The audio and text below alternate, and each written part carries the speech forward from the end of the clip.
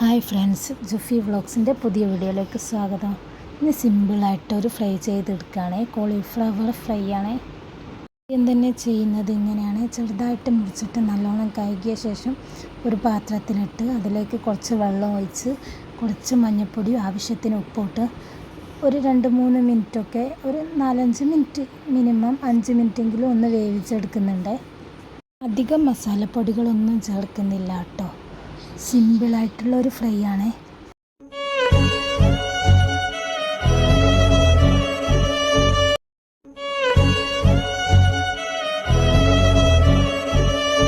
അത് തിളച്ച ശേഷം ഒന്ന് വെന്തിട്ടുണ്ടോ എന്ന് നോക്കുകയാണ്. പിന്നെ ഇതിനാവശ്യമുള്ളത് എന്താണെന്ന് ഇഞ്ചി, വെളുത്തുള്ളി, ചെറിയുള്ളി അത് നന്നായിട്ട് മിക്സിയിലൊന്ന് നല്ലോണം ചതച്ചെടുക്കണേ.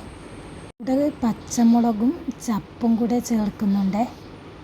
അത് കഴിഞ്ഞ ശേഷം അപ്പോഴേക്കും ഫ്ലവർ വെന്തിട്ടുണ്ട്. അതൊന്ന് ഊറ്റിയെടുക്കുന്നുണ്ട്. ഇനി അതിന് വേണ്ട മസാല തയ്യാറാക്കിയാലോ. ആദ്യം അരച്ച് വെച്ചതൊക്കെ ഒരു പാത്രത്തിലേക്ക് ഇട്ടു. അതിന് മുകളിൽ കോളിഫ്ലവറും ഇട്ടു. പിന്നെ വേണ്ടത് നമുക്ക് മഞ്ഞൾപ്പൊടിയാണ്. മഞ്ഞൾ കുറച്ച് ഒരു പേരിനിട്ടാൽ മതി കേട്ടോ. നമ്മൾ ആദ്യം തന്നെ ഇട്ടത് കൊണ്ട് നല്ല കളറുണ്ട്. പിന്നെ അത് കഴിഞ്ഞിട്ട് മുളക് പൊടിയും ഉപ്പും ആദ്യം ചേർത്തത് കൊണ്ട് ഉപ്പും ആവശ്യത്തിനുണ്ട്. ഉപ്പും ചേർക്കുന്നില്ല കേട്ടോ. അങ്ങനെ മുളക് പൊടിയും കൂടെ ഇട്ട ശേഷം നന്നായിട്ടൊന്ന് മിക്സാക്കി എടുക്കുന്നുണ്ട്. എല്ലാ മസാലയും കൂടി നന്നായിട്ട് കുഴച്ചെടുക്കുന്നുണ്ട്. പിന്നെ ആവശ്യമുള്ളത് കുരുമുളക് പൊടിയും ഗരം മസാലയുമാണ് ആവശ്യത്തിന് ഇട്ട് കൊടുത്തേ. അതും ഒന്ന് നന്നായിട്ട് മിക്സാക്കി എടുക്കുകയാണ്. ഈസി ആയിട്ട് ഫ്രൈ ചെയ്തെടുക്കാൻ പറ്റുന്നതാണ്. ഇഷ്ടപ്പെട്ട ഒന്ന് ലൈക്ക് ചെയ്യണേ. സ്കിപ്പ് ചെയ്യാതെ ഒന്ന് കാണണേ. ഇനി വേണ്ടത് പാന് വെച്ചു. പാന് ചൂടായ ശേഷം ഓയിൽ ഒഴിച്ചിട്ടുണ്ട് ആവശ്യത്തിന്.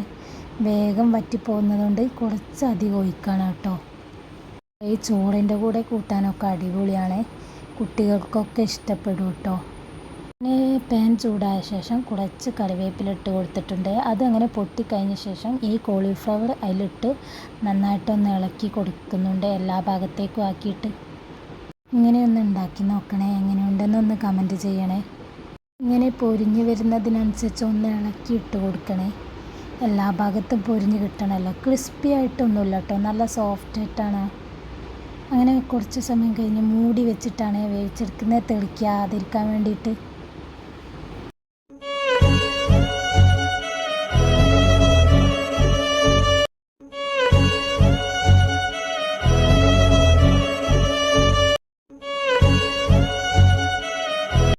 നമ്മുടെ ഫ്രൈ വെന്ത് കിട്ടിയിട്ടുണ്ട്. സോഫ്റ്റായിട്ട് കഴിക്കാൻ ഇഷ്ടപ്പെടുന്നവർക്കൊക്കെ നല്ലതാണ്. ക്രിസ്പി ആയിട്ടില്ല കേട്ടോ. എൻ്റെ മോനൊക്കെ ഇഷ്ടമായിട്ടുണ്ടായിരുന്നു കേട്ടോ, മോൾക്കൊക്കെ. അങ്ങനെ അത് കോരി കുറച്ചുകൂടെ ഉണ്ടായിട്ട് അതുകൂടെ ഇട്ടു കേട്ടോ. കുറച്ചുകൂടെ ഓയിൽ ഒഴിച്ചിട്ട്. ഇതാണ് ഫ്രൈ. അങ്ങനെ നമ്മുടെ ഫ്രൈ റെഡി ആയിക്കൊണ്ടിരിക്കുകയാണ്. ഇഷ്ടപ്പെട്ട ഒന്നുകൂടെ പറയണേ, ലൈക്ക് ചെയ്യാൻ മറക്കല്ലേ. അപ്പോൾ ബാക്കി കൂടെ ഫ്രൈ ചെയ്തെടുക്കുന്നത് കണ്ടാലോ. അപ്പോൾ താങ്ക് യു ഫ്രണ്ട്സ്.